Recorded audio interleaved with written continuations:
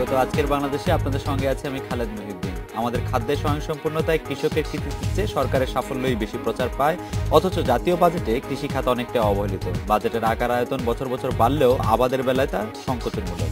এর পরিণামে কৃষি উন্নয়ন বাধার মুখে পড়বে, বিঘ্নিত হবে খাদ্য নিরাপত্তা, এমন আশঙ্কা করছেন কৃষি অর্থনীতিবিদদের অনেকেই। এসব নিয়ে আজকের আলোচনা বাজেটের আবাদ। কথা বলতে স্টুডিওতে আছেন চ্যানেল আইয়ের পরিচালক ও বার্তা প্রধান এবং বাংলাদেশের কৃষি সাংবাদিকতার অন্যতম প্রতীকটি শাইখ সিরাজ, আছেন পরিকল্পনা কমিশনের সাধারণ অর্থনীতি বিভাগের সদস্য ডক্টর শামসুল আলম এবং সিপিডির গবেষণা পরিচালক ডক্টর ফাহমিদা খাতুন। স্বাগত আপনাদের।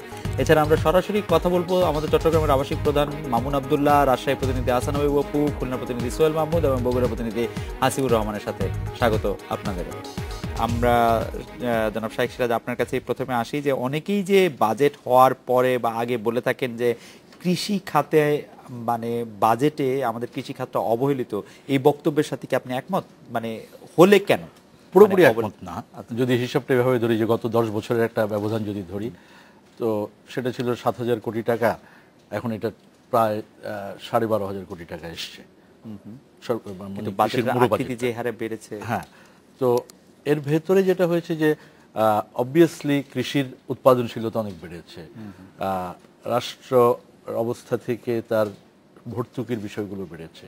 আগে ভর্তুকি ছিল 3,000 3,500 কোটি টাকা, সেটা 9,000 কোটি টাকা এসছে।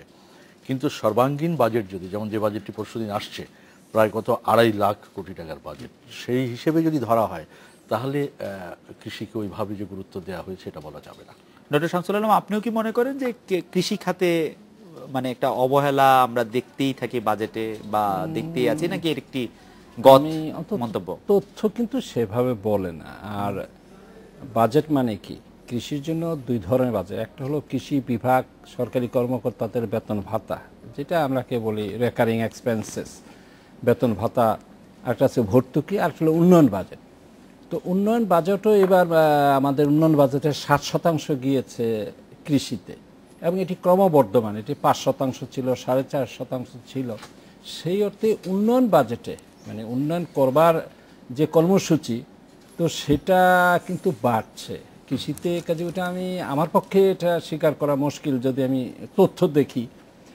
আর উন্নয়ন বলতে কৃষিখাত কিন্তু সবচেয়ে বড় ব্যক্তি খাত বাংলাদেশের। আমাদের পুঁজিবাদী অর্থনীতির সবচেয়ে বড় খাত হলো ব্যক্তি খাত, এবং লক্ষ লক্ষ কৃষক সেখানে চাষবাস করে।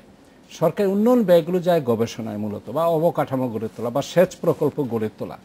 আপনি যদি শুধু কৃষি, সেচ, পানি ব্যবস্থাপনা, পল্লী অবকাঠামো ধরেন, তাহলে বাজেটের সর্বোচ্চ কিন্তু এই 3টা মিলে আবার চলে আসে উপরে। এগুলোর প্রভাব কিন্তু কৃষিতে আছে। আর আমি জানি না কেন বলবেন যে অবহেলিত। ঠিক অবহেলিত বলাটা ঠিক হবে না। কৃষি যে এই যে বিস্তর অতিক্রম, ভারতবর্ষ 40 বছর খাদ্য উৎপাদন দ্বিগুণ করেছে। আমরা 40-42 বছর খাদ্য উৎপাদন 3.5 গুণ বাড়িয়েছি, 1 কোটি টন থেকে 3.5 কোটি টন। এই সাফল্যকে কৃষকের অক্লান্ত পরিশ্রম সন্দেহ নেই, অনেকের গবেষণা কর্মীদের অবদান আছে সন্দেহ নেই। সরকারের কিন্তু নীতি সাপোর্টটা ছিল, এবং বিশেষ করে আমি বলবো এই সরকার বহুলাংশে আমি বলতে চাই যে কৃষি বান্ধব সরকার। কারণ সারের কোনো অভাব হলো না গত 5-6 বছর যদি আপনি দেখেন, কোথাও কোনো মিছিল আন্দোলন, সার কৃষক খুঁজে বেড়ায়, এটা তো বাস্তব সত্য।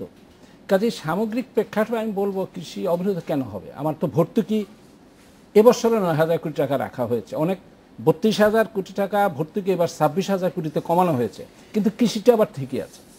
তো সেই অর্থে আমি সামগ্রিক মিলে বলবো না। মানে আমি যদি গত বছরের বাজেটটাই ধরি ডক্টর শামসুল আলম, তাহলে আমরা দেখবো যে গত অর্থ বছরে উন্নয়ন মিলে মোট ব্যয় ধরা হয়েছিল 2,22,491 কোটি টাকা।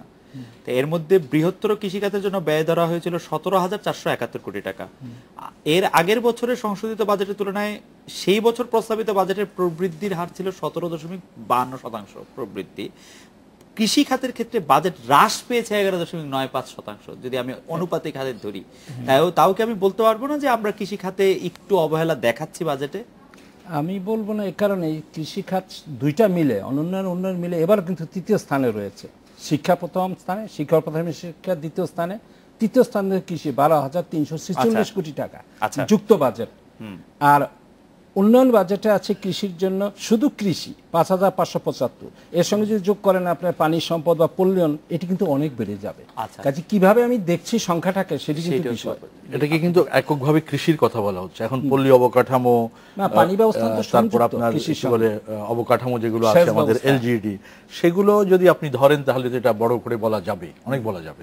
কিন্তু এককভাবে কৃষিরটা সেইভাবে, যেমন গত বছরের থেকে এবছরে সর্বাঙ্গীন 100 কোটি টাকা বেড়েছে। আমি বলছি আপনাকে 2013-14 অর্থ বছর ছিল 12,275 কোটি টাকা পুরো বাজেট কৃষির, আর এবার সেটা এসে ধারণা করা হচ্ছে 2,346 কোটি টাকা, বেড়েছে 100 কোটি টাকা।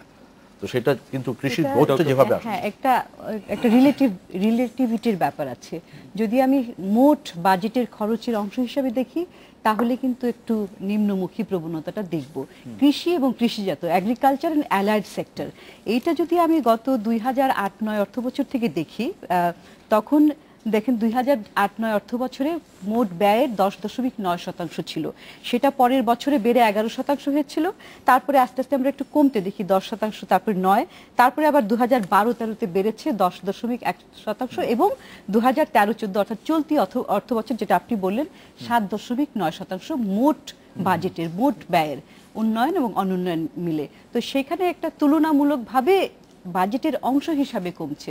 তবে এটার পিছনে অনেক কারণও থাকতে পারে। একটা তো হচ্ছে যে কৃষির যে উৎপাদনশীলতা কিংবা কৃষির যে রিটার্ন এবং কৃষির ভিতর থেকে কৃষি পণ্যের মূল্য ইত্যাদি বাড়ার কারণে কিন্তু কৃষির যে অগ্রগতিটা হয়েছে সেটা তো একদিনের ব্যাপার না, এটা অনেক দিনের ব্যাপার। সেখানে যে আমি কিছুটা একমত ওনার সাথে যে নীতি সাপোর্ট ছিল বরাবরই, যে কৃষিকে উন্নয়নের জন্য ভর্তুকি বলুন কিংবা বিভিন্ন ধরনের উপকরণের জন্য অর্থ সহায়তা, এই ধরনের সহায়তার কারণে একটা দীর্ঘমেয়াদে কৃষির একটা উন্নয়ন ঘটেছে, যার ফলে আমরা যদিও দেখছি যে মোট জাতীয় দেশজ উৎপাদনে কৃষির অংশ কমে গেলেও আমরা খাদ্যের স্বয়ংসম্পূর্ণতা অর্জন করতে পেরেছি। তবে এইখান থেকে যদি আমরা আরেকটা মাত্রায় নিয়ে যেতে চাই তাহলে কিন্তু এই অর্থ বরাদ্দটা বাড়াতে হবে, যেটা আমি নিম্ন প্রবণতাটা দেখছি সেটা আসলে ভালো না। যদি আমি, কারণ কি আপনি দেখবেন যে এখানে তো অনেক ধরনের সমস্যা আছে, আলোচনা আমরা করব, যে কৃষিটা যেহেতু আমাদের জমির পরিমাণ কমে যাচ্ছে, প্রতি বছরে 1% হারে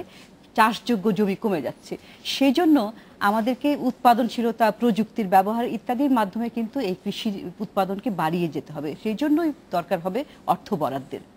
আমরা একটু ঢাকার বাইরে থেকে ঘুরে আসি, যে আমরা আমাদের চট্টগ্রাম, রাজশাহী, খুলনা এবং বগুড়ায় আমরা জানতে চাইবো যে বাজেট নিয়ে কৃষিবিদ এবং কৃষিজীবীদের মানে সরকারের সাধারণ নীতিমালা এবং বাজেটের মধ্যে যে বরাদ্দ, সেক্ষেত্রে সাধারণ হতাশা এবং প্রত্যাশাগুলি জানতে চাইবো। আমরা প্রথমে চট্টগ্রাম থেকে আমাদের আবাসিক প্রধান জনাব মামুন আবদুল্লাহ আপনার সাথে কাছে জানতে চাইবো যে বাজেট বা সরকারি নীতি নিয়ে কৃষি ক্ষেত্রে সাধারণ হতাশা বা প্রত্যাশাগুলি কি চট্টগ্রামবাসীদের। জনাব মামুন আবদুল্লাহ। খালেদ ভাই, চট্টগ্রামবাসী বলতে আমি যেহেতু কৃষকদের নিয়ে আলোচনা হচ্ছে, আমি কৃষকদের কথা বলতে চাই। আর চট্টগ্রামের কৃষক সারা দেশ থেকে বিচ্ছিন্ন কিছু নয়। চট্টগ্রামের কৃষকদের যে প্রত্যাশা, দেশের উত্তরাঞ্চলের কৃষকদের একই প্রত্যাশা, দক্ষিণাঞ্চলে একই প্রত্যাশা। তবে কৃষকরা বাজেট নিয়ে বেশি ভাবেন না। কৃষক তখনই ভাবেন যখন তার উৎপাদিত পণ্য বিক্রি হয় না, যখন তাকে প্রতিবাদ করতে হয় উৎপাদিত পণ্য রাস্তায় ঢেলে দিয়ে, যখন তাদেরকে সড়ক অবরোধ করতে হয়, এটাই সবচেয়ে কষ্টের বিষয়। কৃষকরা, আমি বেশ কয়েকজন কৃষকের সঙ্গে কথা বলেছি, তারা আমাকে একটি কথাই বলেছেন যে আমরা বাজেটে বরাদ্দ বেশি দিল কি কম দিল সেটা বুঝি না, আমরা সেটাই বুঝি যদি আমি উপযুক্ত সময়ে আমি সার পাই, উপযুক্ত সময়ে কীটনাশক পাই, যদি উপযুক্ত সময়ে সেচের পানির ব্যবস্থা করা যায়, সেটাই আমার জন্য সবচেয়ে বাজেটের বড় বরাদ্দ, এবং আমি মনে করি সেটাই কৃষি বান্ধব বাজেট। আর সবচেয়ে বড় কথা হলো যে কৃষক যে পণ্যটা উৎপাদন করে নিজের ঘাম, শ্রমে, অর্থে, সেই পণ্যটার যদি উপযুক্ত দাম না পায় তাহলে সেই কৃষির বাজেট ওই কৃষকের কোনো কাজে আসবে না, এমনটি আমাকে বেশ কয়েকজন কৃষক বলেছেন। আপনাকে ধন্যবাদ। আমি বগুড়া, আমাদের উত্তরাঞ্চলের কথা জানতে চাইবো যে জনাব হাসিবুর রহমান আপনার কাছে। হাসিব ভাই, আপনি একটু আমাদের বলেন তো যে বগুড়ার সাধারণ প্রত্যাশা কি কৃষি বাজেট সম্পর্কিত?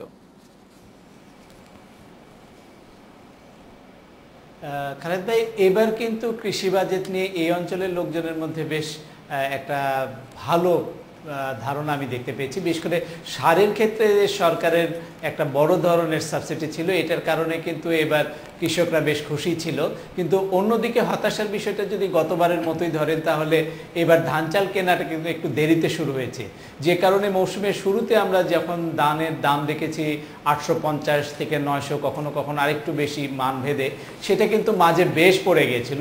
তবে এখন কিন্তু এই গত 3-4 দিন ধরে একটু ধানের দামটা বেশি, প্রায় কোথাও কোথাও 850 পর্যন্ত আছে, আবার 875 পর্যন্ত আছে। এই দিকটার কারণে কিন্তু কৃষকরা শেষের দিকে এসে একটু খুশি।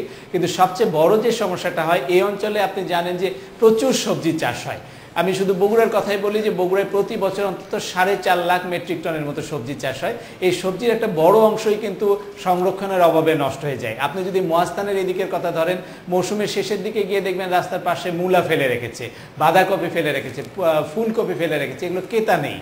আবার সেই কারণে যেটা হচ্ছে যে এই দিকের লোকজনের একটা বড় প্রত্যাশা যে এই অঞ্চলের সরকার যদি এবার বাজেটে একটা স্পেশালাইজড কোল্ড স্টোরেজের জন্য কোনো চিন্তা করে, যেটা সরকারের নিয়ন্ত্রণে থাকবে, যাতে কৃষকদের কিন্তু তাহলে দাম দেয়া বা কোল্ড স্টোরেজে রাখার ক্ষেত্রে একটা সুবিধা হবে। আর যদি প্রাইভেট সেক্টরে যার যেমন খুশি দাম নেয়, এই গেল আলুতে আমরা দেখেছি কোথাও 30 টাকা বেশি, কোথাও 40 টাকা বেশি, কোথাও 10 টাকা বেশি, এইরকম। সে কারণে এই অঞ্চলের কৃষকদের, বিশেষ করে আমি কয়েকদিন এই এলাকার বিভিন্ন যে করেছি, তারা কিন্তু চায় যে সবজি সংরক্ষণের একটা ব্যবস্থা করা হোক এই অঞ্চলের বড় আকারে। আর একটা হলো যে প্রত্যেকটা মৌসুমে যেন সরকার ঠিক নির্দিষ্ট সময় ধানটা কেনা শুরু করে, তাহলে তাদের কিন্তু একটা ভালো লাভ হয়। আর এই অঞ্চল যেহেতু কৃষি প্রধান, সে কারণে কৃষির প্রতি সরকারের একটা গুরুত্ব এই অঞ্চলের কৃষকরা সবসময় প্রত্যাশা করে। ধান কেনা সম্পর্কে একটি কথা আসলো এবং সবজি সংরক্ষণের ব্যাপারে আমরা একটু দক্ষিণাঞ্চলে যাই। সোহেল মাহমুদ, আপনি আপনাদেরকে খুলনার অবস্থাটা একটু জানান যে খুলনায় কোনো বিশেষ হতাশা বা বিশেষ প্রত্যাশার কথা রয়েছে কিনা কৃষক বা কৃষিবিদদের?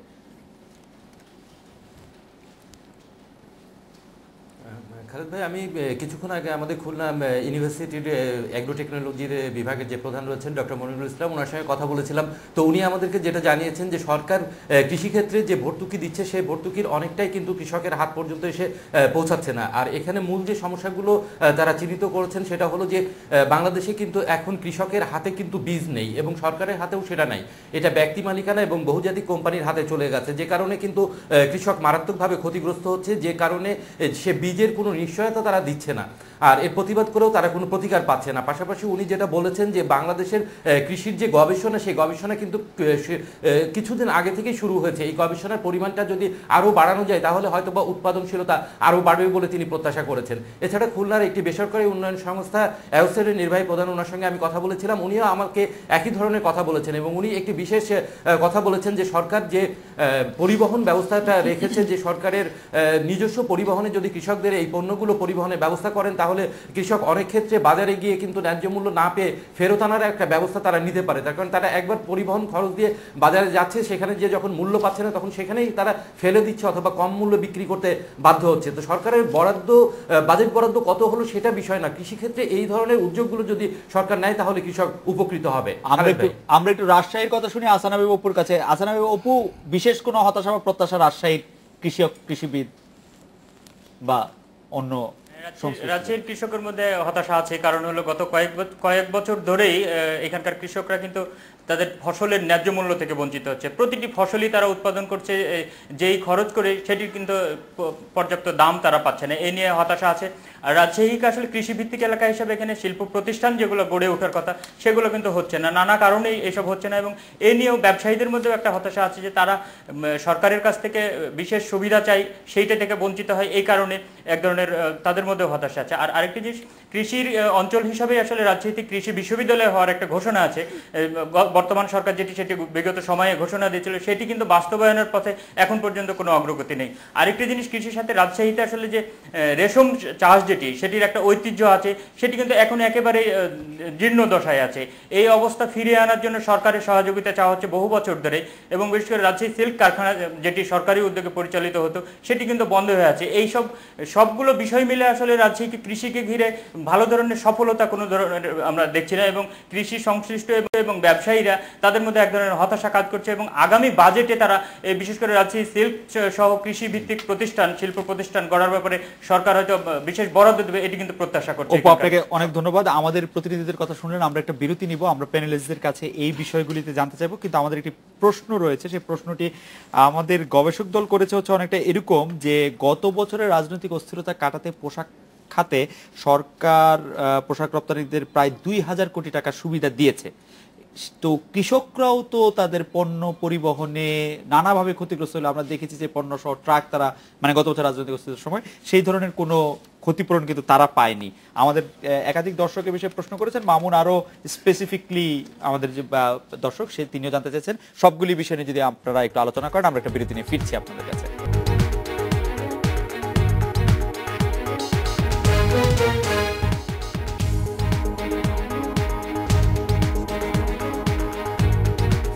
ফিরে এলাম আজকের বাংলাদেশে। জনাব শাইখ সিরাজ, আপনার কাছে জানতে চেয়েছিলাম যে যে বিষয়গুলি নিয়ে আমাদের প্রতিনিধিরা বলছেন, এবং বাজেটে ইয়ার পাশাপাশি গত বছর আমরা দেখেছি যে রাজনৈতিক অস্থিরতার ক্ষতি কাটাতে পোশাক রপ্তানিকারকদের কিছু সুবিধা দেওয়া হয়েছে। কৃষি খাতে সেই সুবিধা দাবি করতে পারতো কিনা কৃষকরা, এরকম প্রশ্ন করছে। হ্যাঁ, উঠেছে প্রশ্ন, জোরালোভাবে উঠেছে। যেমন ধরেন যে 12,000 কোটি টাকা 14,000 কোটি টাকা বোধ এবার ঋণ ছিল গত অর্থ বছর সরকারের কৃষি ক্ষেত্রে। তো এই ঋণের বাইরে, সরকারের ঋণের বাইরেও তো কৃষক মহাজন থেকে, এনজিওর কাছ থেকে হিউজ পরিমাণ ঋণ নিয়েছে। আপনার যে 4 জন প্রতিনিধি 4টা ডিস্ট্রিক্ট থেকে বললো, বাংলাদেশে এখন সবচাইতে ফল ফসলে বা হাই ভ্যালু ক্রপে যে জেলাটা উঠেছে সেটা হচ্ছে পাবনা, ঈশ্বরদী। ওখানে এক একজন কৃষকের 50, 60, 1 কোটি টাকার মধ্যে ইনভেস্টমেন্ট আছে। কিসে? লিচুর বাগানে, আমের বাগানে। বিশ্বাসই করা যায় না এক একজন কৃষকের। তো সে তো টোটাল টাকাটাই তো মহাজনের কাছ থেকে ঋণ আগাম নিয়ে করেছে। তো তারা তো এই সুবিধা আজ পর্যন্ত পেল না, বাংলাদেশের কোনো কৃষকই পায়নি। ওনারা যে 4 জন 4 প্রান্তের কথা বললো, এটা 100% মাঠের চিত্র। আমার এই গবেষণার ভিতরে এই জিনিসগুলো পরিষ্কারভাবে আসছে। দুটো জিনিস, যে ধান কেনা, যে উনি বললেন যে ধানটা কৃষকের, কোনোদিন কি সরকার ধান কৃষকের কাছ থেকে কিনেছে? এখানে তো একজন বসে আছেন, সরকার ধান কিনে চাতাল মালিকের কাছ থেকে। আপনি বলছেন মধ্যস্বত্ব ভোগকারীরাই এরকম একটা দায়ী, আপনি বিভিন্ন লেখা বিভিন্ন কথা এরকম বলছেন। ওরাই তো পায়, মানে এক ধরনের মানে তেলের মাথায় তেল ঢালার মতো। কারণ কৃষক যখন ধানটা নিয়ে ওর কাছে যায়, ও তো বলে যে এটার হিউমিডিটি পার্সেন্টেজ 17-18, আমি এই ধান তোমার কাছ থেকে 20 টাকার বেশি দিয়ে কিনবো না। কিন্তু সরকার কিন্তু রাষ্ট্রের টাকা দিয়ে কিন্তু ওকে যে ভর্তুকি 2 টাকা বেশি দিচ্ছে, যে ধানটা কৃষক 2 টাকা পাবে, কিন্তু সেই ধানটা তো কিনছে আলটিমেটলি এসে এর কাছ থেকে। যখন এই প্রশ্নগুলো আসছে, বলে সরকারের তো এই অবকাঠামো নাই যে বাড়িতে গিয়ে ধান কিনবে। নিশ্চয়ই একটা পদ্ধতি তৈরি করতে হবে, যে পদ্ধতির মাধ্যমে কৃষকের কাছ থেকে সরাসরি ধানটা আসতে পারে। তারপর আসেন ভর্তুকির ইস্যুটা। একজন বলছেন যে ভর্তুকি পায় না, এটা ওর শিক্ষতা না। সারের ভর্তুকি নিয়মিত পেয়ে যাচ্ছে। সরকার যে সারের ব্যাগটা 50 কেজি যে ব্যাগটা কিনছে, কৃষককে দিচ্ছে 1600 টাকা দিয়ে, সরকার তো 1000 টাকা দিয়ে কিনেছে, 900 টাকা দিয়ে কিনেছে, তাহলে ওখানে তো 700 টাকা ভর্তুকি আছে। এই তথ্যগুলি তো কৃষক জানে না, সমস্যাটা হচ্ছে ওখানে। তারপর আসেন আরেকজন বলেছে গবেষণা ইস্যুটা খুবই দুর্বল। গবেষণার দিকে যদি আমরা দৃষ্টি না দিই, একটা দীর্ঘ সময় খুব ভালো গবেষণা হয়েছিল বলে বাংলাদেশ খাদ্য সরবরাহতে এসছে, এত ফসলের ইয়ে হচ্ছে। কিন্তু যেই সময়টাকে আপনি ফেস করতে যাচ্ছেন আগামীতে, সেটা হচ্ছে ক্লাইমেট ইস্যুতে। আমাদের এই টোটাল বাজেটের ভেতরে আমি খুব দায়িত্ব নিয়ে বলতেছি, কোনো একটি জায়গায় আছে কিনা যেখানে গবেষণা সংক্রান্ত কোনো, যে ক্লাইমেট চেঞ্জ ইস্যুর সাথে খাপ খাইয়ে যে ইস্যুগুলো, যে বিষয়গুলো, যে প্রযুক্তিগুলো, যে বীজগুলো মাঠে আসবে, সেটার জন্য আমাদের কোনো প্রস্তুতি আছে কিনা। ডক্টর শামসুল আলম, আপনার মতামত শুনবো একই বিষয়ে। একই বিষয় মতামত না, এটা খুব দ্বিমত করার তো খুব একটা আমি দেখি না। শাইখ সিরাজ সাহেব যেটা বললেন, গবেষণা খাতে আমাদের এখন যথেষ্ট প্রাধান্য দেওয়া প্রয়োজন, এটি কিন্তু বাস্তবতা। কারণ কৃষিতে যে উৎপাদিকা, আমরা যে উৎপাদন পাই প্রতি একরে, এটা কিন্তু অনেক ফসলে এখনও, যদি আমরা অনেক অগ্রসর হয়েছি, আশেপাশের দেশ থেকে কিন্তু অনেক পিছনে আছি আমরা। চিংড়ি উৎপাদন যদি বলেন, থাইল্যান্ড আমাদের চেয়ে 2.5 গুণ বেশি পার হেক্টরে এখনও চিংড়ি উৎপাদন করে। তার মানে আমি বলতে চাই যে আমার উৎপাদন বাড়ানোর, এমনিতে জমি কমে যাচ্ছে, কাজেই আমাদের বিজ্ঞান বিষয়ক গবেষণা, আমাদের প্রযুক্তি বিষয়ক গবেষণা, আমাদের উৎপাদন ব্যবস্থা বিষয়ক গবেষণা, বীজ উন্নয়নের গবেষণা প্রচুর ব্যয় করা দরকার। এবং এটা কিন্তু আমদানি করা যায় না, এটা নিজস্ব প্রযুক্তি, নিজের দেশেই মাঠ উপযোগী ফসল উপযোগী আমাদের বের করতে হবে। সেই জন্য আমরা সবসময় বলে এসেছি কৃষি অর্থনীতিবিদরা এবং অর্থনীতিবিদরা আমি মনে করি গবেষণায় যথেষ্ট ব্যয় বাড়ানো দরকার। আর গবেষণা ব্যয়ের একটা সুবিধা হলো 1 টাকা খরচ করলে আপনি 10 টাকা ফিরে আসে এই গবেষণার ফল দীর্ঘমেয়াদে। কাজে এটি কোনো লোকসানের বিষয় নয়, এটি হলো এক। আর ভর্তুকির বিষয়টি আসলে যদিও কৃষকদের জন্য ভর্তুকির বিষয়টাই থাকে আনটার্গেটেড, অনেক সময় কারটা যে কে পাবে এটা কিন্তু বলা মুশকিল। এই জন্যই সব ভর্তুকি কমিয়ে আনার ব্যাপারে অর্থনীতিবিদদের একটা সাধারণ দাবি থাকে। যদিও কৃষিতে আমরা বলি এটা বিনিয়োগ, আমরা কমাতে চাই না। সব দেশেই সব কালেই কৃষিকে ভর্তুকি দিয়ে বাঁচিয়ে রাখা হয়, ওয়েস্টার্ন কান্ট্রি তো তাই, পশ্চিম দেশগুলোতে। কাজে কৃষির ভর্তুকির বিষয়ে আমাদের দ্বিমত নাই এবং প্রচুর ভর্তুকি যত সম্ভব যুক্তিসঙ্গতভাবে দেওয়া দরকার।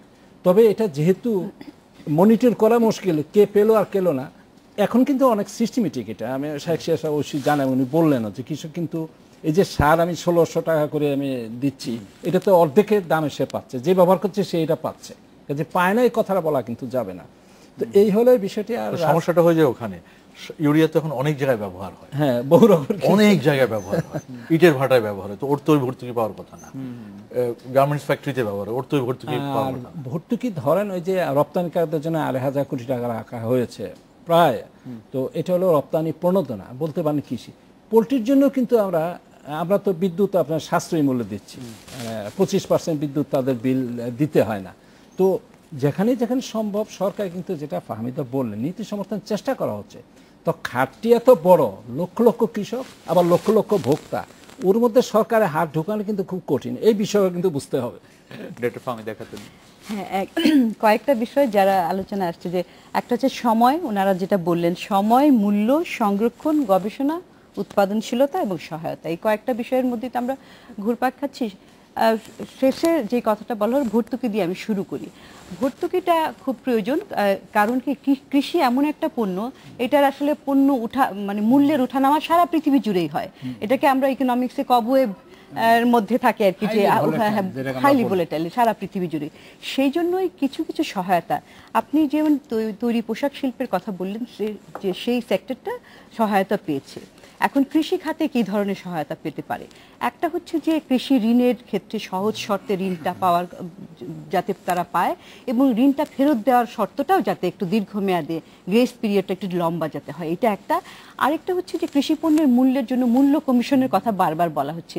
ষষ্ঠ পঞ্চবার্ষিক পরিকল্পনায় কিন্তু মূল্য কমিশনের কথা বলা হয়েছে, যাতে এখানে সংগ্রহ মূল্য এবং উৎপাদক পর্যায়ে মূল্য, ভোক্তা পর্যায়ে মূল্য, এই মূল্যগুলির মধ্যে একটা সমন্বয় থাকে। আরেকটা হচ্ছে কৃষি পণ্য, যেহেতু কৃষি খুবই ভোলেটাইল এবং এটা আবহাওয়া নির্ভর এবং বিভিন্ন সংকটের সময় এটা ক্ষতিগ্রস্ত হয় অন্যান্য সেক্টরের মতোই, সেই জন্য কৃষির ইন্স্যুরেন্সের কথা বলা হচ্ছে, যে যারা কৃষক তারা যাতে এই ইন্স্যুরেন্সের মাধ্যমে যখন তাদের ক্ষতি হয় সেই সুবিধাটা পায়।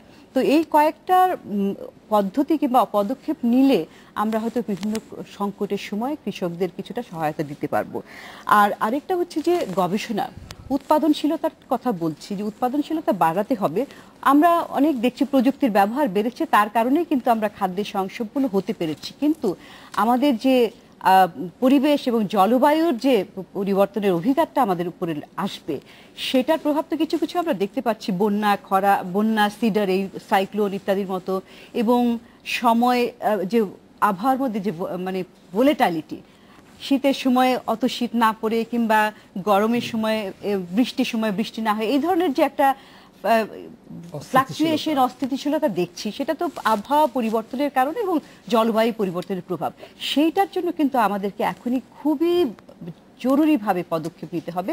কারণ বাংলাদেশের যদি একটা হিসাব আছে, যে আইপিসিসির হিসাব, যে international panel on climate change, তারা বলছে যে বাংলাদেশের মতো দেশে 1 ডিগ্রি জলবায়ু অর্থাৎ উষ্ণায়ন বাড়লে বাংলাদেশের যে সি লেভেল রাইজ হবে 1 সেন্টিমিটার, সেই 1 সেন্টিমিটার যদি উঠে যায়, বাংলাদেশের কোস্টাল এরিয়ার 20% কিন্তু ডুবে যাবে। তখন মানুষের জীবন এবং জীবিকা বিপন্ন হবে।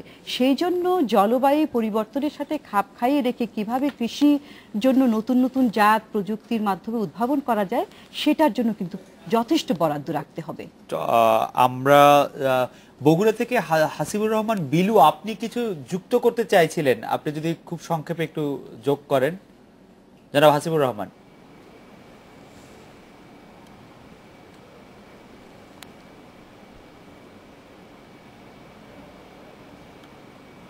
জনাব হাসিবুর রহমান, আপনি কি এই বিষয়ে কিছু যুক্ত করতে চাইছিলেন কৃষি ভর্তুকি প্রসঙ্গে বা কৃষকদের অন্য কোনো সুবিধা প্রসঙ্গে? আমরা একটা বিরতি নিচ্ছি, আমরা বিরতির পর ফিরে এসে শাইখ সিরাজ ভাই একটা অন্য প্রসঙ্গে জানতে চাইবো যে পণ্যের দামের বড় ধরনের পতনের কারণে আমরা প্রায় পেঁয়াজ ব্যবসায়ী বা অন্য পণ্য ব্যবসায়ী এমনকি পোল্ট্রি ব্যবসায়ীদের মাঠে নেমে আন্দোলন করতে দেখি, আবার আমরা ভোক্তারা বলি যে আমরা আসলে অনেক দাম দিয়ে জিনিস কিনছি। এইটার কারণটা যদি আপনারা একটু বিশ্লেষণ করতেন, আমরা এটা বিরতি নিয়ে ফিরতে।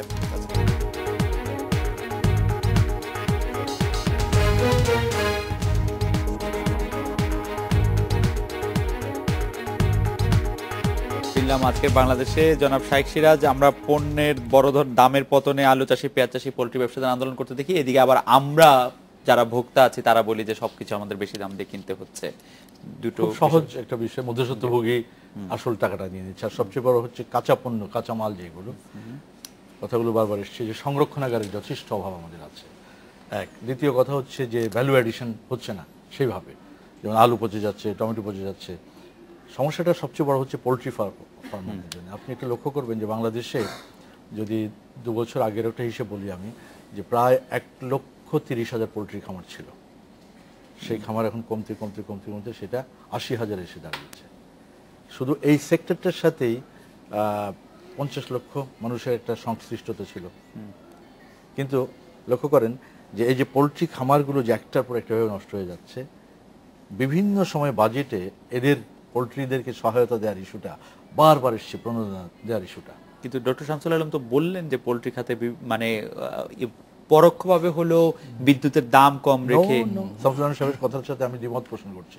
এই যে আমি এবারকার বাজেটের এগুলো প্রত্যেকটা জায়গা, প্রতিটি জেলা শহরে কিন্তু বাজেটের ইয়েগুলো আসছে, তাদেরকে বিদ্যুতের কথা বলা হয়েছে, কিন্তু আজ পর্যন্ত তাদের বিদ্যুৎ বিল হবে। ডক্টর শামসুল আলম ওই যা বিল আসবে তার 25 ভাগ তাদের কম দিতে হয়, এটা তো নেওয়া হয় না, আমি এভাবেই জানি। যাই হোক, বিষয়টি নেওয়া হয় না, একেবারে এগুলো আছে সব এখানে লিখিত। যেমন মসজিদে দেওয়া হয় সেখানে সাবসিডি আছে ওইটা। তারপর আরো কিছু ইস্যু আছে, যে ইন্স্যুরেন্সের কথাটা বলা হয়েছে, শস্য বীমা।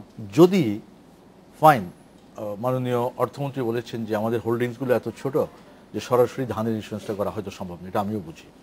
কিন্তু বাংলাদেশে পোলট্রি, ফিশারি এগুলি তো এখন একটা বড় ইন্ডাস্ট্রি। আপনি আশ্চর্য, পোলট্রি 30,000 কোটি টাকার ইন্ডাস্ট্রি, ফিশারিও সেম। তাহলে যেখানে পোলট্রিটা এক রাতে কিন্তু ধ্বংস হয়ে যেতে পারে, একটা রানী ক্ষেত্রে লোক রাখলেই ওটা কিন্তু এক রাতে সব পোলট্রি শেষ হয়ে যায়। ফিশের ব্যাপারেও তাই, কেউ এক বোতল বিষ ঢেলে দিলেই তো সেইগুলো তো ইন্স্যুরেন্সের আওতায়। একটা আছে যে স্থানীয় পোলট্রিকে রক্ষা করার জন্য ইম্পোর্টেড যে চিক্স, যে ওইটার উপরে 25% 25% শুল্ক দেওয়ার একটা বিধান আছে। আমি একটু বলি বিষয়টি শুনুন, ওইটা তো আরো একটা বড় ধরনের গন্ডগোল। যেমন ধরুন, গন্ডগোল এই কারণে বলছি যে আমাদের দেশে যে সমস্ত বড় বড়, আমি নাম ধরে বলি, যেমন সিপি গ্রুপ, কাজী ফার্মস, এদের ছিল এরা ডেউল চিক্স উৎপাদন করবে। চিক্স মানে কি বলে এটাকে, এগগুলো যেটা বলে। হ্যাঁ, এরা এখন কমার্শিয়ালি বয়লার করছে, তারপর কমার্শিয়ালি ডিম উৎপাদন করছে। তাহলে এই যে দেশে 80 লক্ষ পোলট্রি খামার যেটা এখনো আছে, এরা তো এদের সাথে টিকে থাকতে পারছে না। কিন্তু ওদেরকে তো দেয়াই হয়েছিল শুধুমাত্র এরা ডেউল চিক্স উৎপাদন করবে এবং হ্যাচিং এগ উৎপাদন করবে, কিন্তু কমার্শিয়াল পোলট্রি রেয়ারিং ওদের কোনো এখতিয়ারের ভেতরে নাই। কিন্তু তারপর ওরা এগুলো করছে, করে টোটাল বাজারটা প্রতিদিন সকালে কিন্তু এরাই কন্ট্রোল করে। হিউজ পরিমাণ ডিমের দাম, মাংসের দাম এরাই তুলে সকালে তারা ফিক্স করে দেয়। তারপর 10টা-11টার ভিতরে দেখা যায় যে যখন ওদের ইয়েগুলো বিক্রি হলো, তারপরে দামটা ছেড়ে দেয়। এগুলি সাংঘাতিক ভাবে, এগুলো কোনো ধরনের মানে এগুলোর কোনো দেখভাল এই বিষয়ে কথা আছে, যেটা উনি বললেন হয়তো বাস্তবতা, যে কয়েকটা ফার্ম এটা কন্ট্রোল করে। তো আমি যে কথা বলতে চাচ্ছি, বাজারে প্রবেশ করার জন্য কোনো বাধা নেই, এদের বিনিয়োগকারীদের বেরিয়ে আসার জন্য কিন্তু বাধা নেই, বিধির বিধানে প্রচুর লাভ যদি কেউ করে দ্রুত কিন্তু সেখানে অন্যরা ব্যবসায়ীরা চলে আসবে। কাজে ওইটা হলো নিয়ন্ত্রণ। কারণ সরকার সরাসরি কাউকে এত বড় মার্কেট, এত লক্ষ লক্ষ কৃষক উৎপাদকেরকে হাত দেবে ঠিকও নয় এবং সম্ভবও নয়, দিলে বরং আরো ক্ষতি হবে। তার কারণ হলো গার্মেন্টসে যে আমাদের এত হলো, সরকার কিন্তু কারো অর্ডার দেন সব গার্মেন্টসে যাও, 2-4জন যখন দেখেছে প্রচুর মুনাফা করে, তো কাজী ফার্ম হোক আর মানে রেড অ্যারো হোক সবুজ তীর হোক, প্রচুর মুনাফা যদি করে, এটা প্রমাণিত বা দেখতে পায় কেউ, প্রচুর কিন্তু আমাদের দেশে উৎপত্তি আছে যে কোথায় আমাদের প্রফিট হবে, সেটা হলো একটা নিবারক আমি বলছি। কাজে ওটা কোনো সরকারের এখানে সরাসরি করার কিছু নেই, এত বড় ব্যক্তি খাত। বিমা নিয়ে একটা কথা তুলে গুরুত্বপূর্ণ, অনেক সময় আমরা কৃষি বিমার কথা বলি, শস্য বিমার কথা বলি। আজকে 65টার উপরে ব্যক্তি খাতে ইন্স্যুরেন্স আছে। আমাকে বলেন তো কেন তারা কৃষিতে যায় না? যদি ব্যবসার সুযোগ থাকতো, যায় না, তার কারণ অত্যন্ত ঝুঁকিপূর্ণ। তিনটা ফসলে একটা ফসল মার যায়, আর এর জন্য যে প্রিমিয়াম দিতে হবে উচ্চ প্রিমিয়াম, এটা সমর্থন না, মানে সামর্থ্য নেই কৃষকদের, কাজেই বিমাতে যায় না। সাধারণ বিমা শুরু করলো একবার পরীক্ষামূলকভাবে, সরকার সহায়তা দিতে চেয়েছিল, কিন্তু অভ্যাস এটা ফেল করবে। এই উপমহাদেশে নেই যে কৃষি বিমা কোথাও সফল হয়, যদিও ভারতে 3টা প্রোগ্রাম আছে স্পেশাল, বাট সাকসেস স্টোরি নেই। তো কাজেই এই বিষয়টাতে আমরা অনুভব করি যেটা প্রয়োজন, কিন্তু যেখানে ভারতের ঝুঁকি আছে, কেন ওয়েদার যেখানে ঝুঁকি আছে সেখানেই বিমা থাকতে হবে, এটাই নিয়ম। কিন্তু কৃষি এমন একটা ব্যবসা, এত প্রতিযোগিতামূলক, এর লভ্যাংশ এত কম, এত ঝুঁকি, কিন্তু বিমা ওখানে, ব্যবসায়িক বিমা গিয়ে ওখানে কিছু করতে পারবে না। এই বিষয়গুলো কিন্তু আমরা আসলে অবহেলা করে যাই সবসময়। তাহলে প্রোটেকশনটা কোত্থেকে আসবে? ডক্টর ফাহমিদা খাতুন, আপনি এই বিষয়ে যদি কিছু বলতে চান। আমাদের আসলে আপনার কাছে প্রশ্ন হচ্ছে যে শিক্ষা খাত, স্বাস্থ্য খাত, এগুলি নিয়ে তৃণমূল বেসরকারি সাহায্য সংস্থাগুলো নানা রকম কাজ করে থাকে, কিন্তু কৃষি নিয়ে সেভাবে কাজ বা গবেষণা হতে আমরা খুব বেশি দেখি না। এর কারণ কি বলে আপনি মনে করেন? না, কৃষিটা তো একটু ভিন্ন নেচারের। এখানে আসলে একটু গবেষণাটা বিজ্ঞান ভিত্তিক দরকার হবে। শিক্ষা স্বাস্থ্য যেমন একটু, আমি বলছি না এটা সহজ, কারণ আপনি স্বাস্থ্যের জন্য যদি আপনি ওষুধ আবিষ্কার করতে যান কিংবা কোনো অন্য ধরনের নিরাময় আবিষ্কার করতে, সেটা মানে আমাদের মূল প্রশ্ন হচ্ছে যে কৃষি ভিত্তিক এনজিও গুলিটার বেশি কার্যক্রম আমরা দেখি না, বা খুব বেশি আপনি দেখবেন না। কিন্তু কিছু কিছু ক্ষেত্রে, যেটা আমি একটু পরিবেশের সাথে যোগ করে বলতে চাচ্ছিলাম, সেটা হচ্ছে যে আমরা যেহেতু পরিবেশের বিভিন্ন প্রভাব দেখতে পাচ্ছি, অনেক জায়গায় কিন্তু স্থানীয় পর্যায়ে বাংলাদেশের মানুষ কিংবা কৃষক, দরিদ্র গ্রামের লোকেরা, তারা অভিযোজন, যেটাকে অ্যাডাপ্টেশন বলি, অভিযোজন করে যাচ্ছে, অর্থাৎ পরিবর্তনের সাথে খাপ খাইয়ে নিচ্ছে। সেখানে মানিয়ে নিচ্ছে। সেখানে কিন্তু এই যে এনজিওদের ভূমিকাটা আছে, তৃণমূল পর্যায়ে যারা কাজ করছে। অনেক জায়গায় দেখতে পাচ্ছি আমরা যে এই যে ভেলার উপরে শাকসবজি হচ্ছে, কিংবা ধরুন ঘর বাড়ি উপরে যে বানাচ্ছে, টিউবওয়েল ইত্যাদি, এখানে কিছু এনজিওদের কাজ, তৃণমূল পর্যায়ের যারা সংগঠন রয়েছে তাদের অবদান রয়েছে। তবে এটা বলার পাশাপাশি মনে রাখতে হবে যে এটা আসলে খুবই স্মল স্কেলে হচ্ছে। তো সেইখানে কিন্তু সরকারের ভূমিকাটা আসতে হবে, কারণ ক্ষতির পরিমাণ এত বিশাল যে সেটা আসলে এই ধরনের তৃণমূল সংগঠন, এনজিও পর্যায়ে দিয়ে হবে না। সেখানে সরকারের পদক্ষেপ, এবং তার পাশাপাশি আমরা বলছি যে ব্যক্তিখাত তো একটু পরে আসবে, কিন্তু ধরেন ডোনার কমিউনিটি, তাদের সহায়তাটা দরকার। কারণ আমরা যে পরিবেশের জন্য মূল্য দিচ্ছি সেটা তো আসলে আমাদের সৃষ্ট না, সেটা আসলে আন্তর্জাতিকভাবে উন্নত বিশ্বের কার্যক্রমের জন্য। তো সেই জন্যই আমরা দেখতে পাচ্ছি যে আপনি যে প্রশ্নটা বললেন যে তৃণমূল পর্যায়ে সংগঠনদের ভূমিকাটা কতটুকু সীমিত রয়েছে এখনো বলবো। তবে শিক্ষা এবং স্বাস্থ্য খাতের একটা আমাদের যে সামাজিক যে কর্মকাণ্ড করার যে প্রবণতাটা, এবং হয়তো কিছু কিছু এই এনজিওরা যারা কাজ করছে তারা হয়তো বিদেশ থেকে অনেক অর্থ একসময় পাওয়া গেছিল, এবং আপনি দেখবেন যে ডোনাররা সাধারণত সামাজিক খাতে অর্থ দিতে বেশি পছন্দ করে, দারিদ্র্য বিমোচনের জন্য কিংবা স্বাস্থ্য রক্ষার জন্য, নিউট্রিশনাল রক্ষা করার জন্য, সুরক্ষার জন্য। তো সেইটার ধারাবাহিকতায় আসলে ওই কার্যক্রমগুলা এনজিও তৃণমূল পর্যায়ে আমরা দেখছি। আমাদেরও আসলে সেইগুলি সেরকমই মনে হচ্ছিল যে মানে এই কার্যক্রমগুলিতে যেহেতু ডোনাররা আগ্রহ কম পান, সেই জন্য জনসাধারণ, আমরা একটা বিরতি নিচ্ছি। বিরতির পর আপনাদের তিনজনের কাছে আমি একই প্রশ্ন করবো, আপনাকে দিয়ে সেটি শুরু করতে চাই যে কৃষির উন্নয়ন বা কৃষকের স্বার্থ দেখার ক্ষেত্রে গণমাধ্যমের ভূমিকা নিয়ে কি আপনি সন্তুষ্ট কিনা, যে মানে বা গণমাধ্যম কিভাবে আরো কার্যকর ভূমিকা রাখতে পারে বলে ডক্টর শামসুল আলম বা ডক্টর ফাহমিদা খাতুন মনে করছেন? আমরা একটা বিরতি নিয়ে ফিরছি আপনাদের কাছে।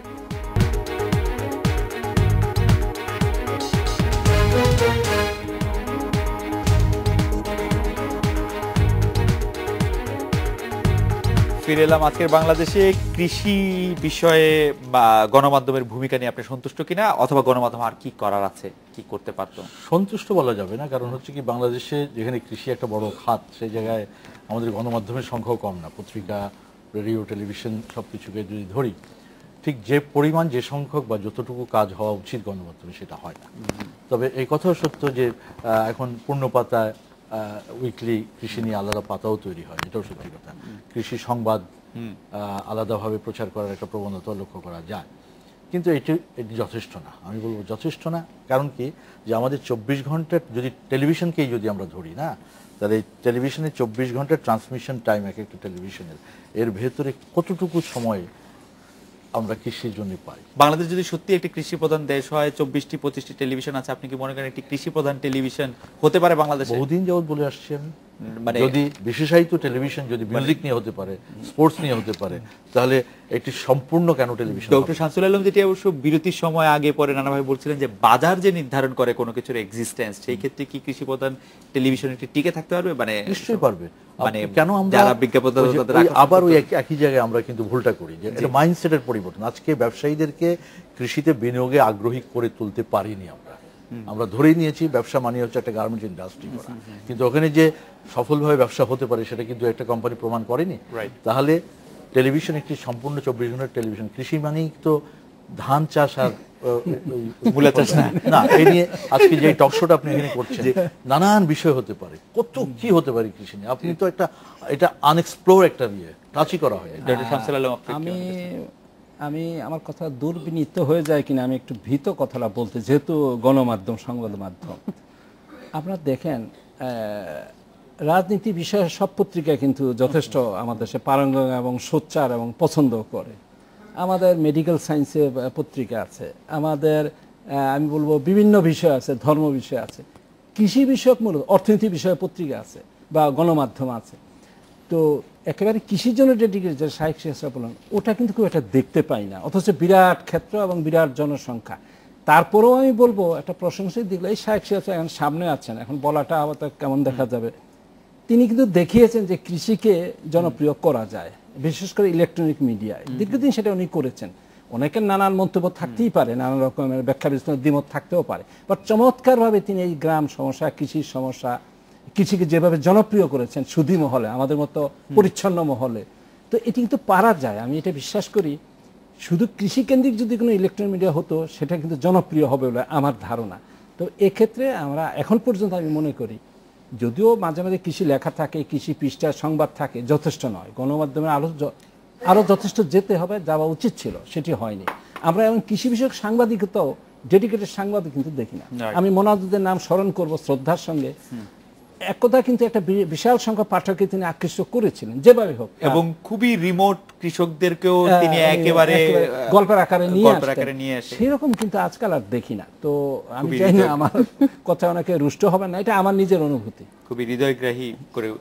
ডক্টর ফাহমিদা, আপনি গণমাধ্যমের পাশাপাশি যদি কৃষি ভিত্তিক গবেষণা প্রতিষ্ঠানও করা, মানে বাণিজ্যিকভাবে বা অর্থনৈতিকভাবে ভায়াবল হবে কিনা? আমাদের তো কৃষি ভিত্তিক অনেক গবেষণা প্রতিষ্ঠান আছে, যেমন অনেকগুলি আছে। সেই কারণেই কিন্তু আমরা যে এই যে ধানের বিভিন্ন প্রজাতি, উৎপাদনশীলতা বাড়ানো, এইটা কিন্তু এই কৃষি বিষয়ক যে সমস্ত গবেষণা প্রতিষ্ঠানগুলি আছে তাদের অবদান খুবই গুরুত্বপূর্ণ। তারা কিন্তু বেশ অবদান রেখেছে আমি বলবো। এবং নতুন নতুন প্রজাতি উৎপাদন করার ক্ষেত্রে, একসময় ছিল হাই ইল্ডিং ভ্যারাইটি, এখন জলবায়ু পরিবর্তনের সাথে খাপ খাইয়ে রেখে কিংবা বন্যা খরার সাথে খাপ খাইয়ে রেখে তারা করছে। তো কিন্তু সমস্যাটা হচ্ছে যে এটার জন্য বরাদ্দ আরো বেশি করে। তো গবেষণার জন্য আজকাল আমি একটাই বিশ্ববিদ্যালয় আছে, কৃষি বিশ্ববিদ্যালয়, কিন্তু তার পাশাপাশি এটাকে আরো, এই বিশ্ববিদ্যালয়টাকে আরো আধুনিক করে, এবং আরো, কিন্তু আমি বলছি যে এটাকে এইটার মতো করে, যেটা এই কৃষি বিশ্ববিদ্যালয়ের যে আকারে, যে মাত্রায়, সেই রকম করে, এবং সেটার গুণগত মান ইত্যাদির সাথে একসাথে করার জন্য, মানে এইটার সাথে সামঞ্জস্য বিধান করে অন্যান্য প্রতিষ্ঠান যদি গড়ে তোলা যায়, তাহলে কিন্তু আপনি গবেষকদের জন্য অর্থ বরাদ্দ এবং গবেষণা উৎসাহী করে তুলতে পারেন। আরেকটা ব্যাপার হচ্ছে যে মিডিয়ার ব্যাপারটা আমি বলতে যাচ্ছিলাম, যে মিডিয়াতে আসলে ডিপেন্ড করবে আপনি আসলে মিডিয়াতে কি দিবেন। একটা চ্যানেল আসলেই দেওয়া যায় করার সারাদিন ব্যাপী। আর আরেকটা, যেহেতু শাইখ সাহেদ ভাই এখানে আছেন, ওনার মতো যারা অগ্রগামী আছেন তারা কিন্তু নতুন প্রজন্মের সাংবাদিকদেরকে আসলে আরো উৎসাহ করতে পারেন এবং একটা ট্রেনিং ইনস্টিটিউটও করতে পারেন। আমাদের একজন দর্শকের একটি মন্তব্য না পড়ে আমি পারছি না, লাইলি আক্তার, উনি খুবই একটি করুণ মন্তব্য করেছেন, কৃষিকাজে অনেক কষ্ট আর বারবার লসের কারণে মধ্যবিত্ত কৃষক আজ নিঃস্বপ্রায়, কারো স্বপ্ন এমন হয় না যে বড় হয়ে কৃষক হবে। আমরা আশা করব যে আজ আমরা বড় হয়ে কৃষক হবে এরকম একটি প্রজন্ম আমাদের এখানে আসবে। আজকের অনুষ্ঠানে আসার জন্য আপনাদের তিনজনকে অনেক ধন্যবাদ। এই ছিল আজকের বাংলাদেশে, দেখা হবে আগামীকাল এই সময়। শুভরাত্রি।